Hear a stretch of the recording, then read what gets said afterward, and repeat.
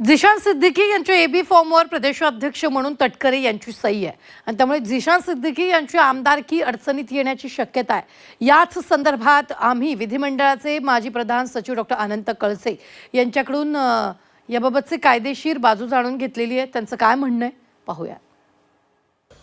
की झिशान सिद्दीकी यांचं डिक्लेरेशन झालेलं आहे इलेक्शन कमिशनकडून, त्यांची निवडणूक जाहीर झालेली होती। त्यावेळेस आता निवडणुकीची प्रक्रिया पूर्ण होऊन त्यांचे ते निवडून आले असं जाहीर करण्यात आलेलं आहे। त्याचं नोटिफिकेशन निघालेलं आहे आणि माझ्या माहितीप्रमाणे त्यांनी 2 दिवसापूर्वी शपथही घेतलेली आहे।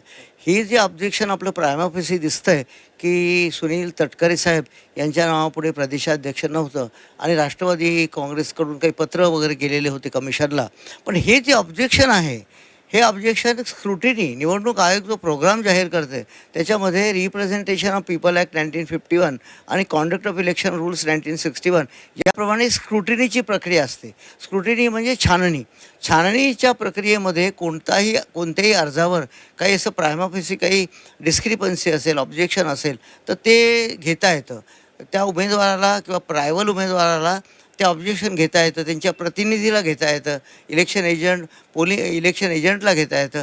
तर ते ऑब्जेक्शन घेण्यात आलेलं नाही असं एक प्रायमा फेसी दिसतं, कारण घेतलं असतं तर ते वृत्तपत्रात आलं असतं किंवा जाहीर झालं असतं, पण असं ऑब्जेक्शन त्यावेळेस घेण्यात आलेलं नाही। त्यामुळे ही संधी गेलेली आहे। आता हे इलेक्शन डिक्लेअर झालं, शपथविधी झाला, त्यामुळे ही प्रक्रिया आयोगाची पूर्ण झालेली आहे। आता याच्यात एकच मार्ग आहे, तो मार्ग म्हणजे इलेक्शन पिटिशन करणं।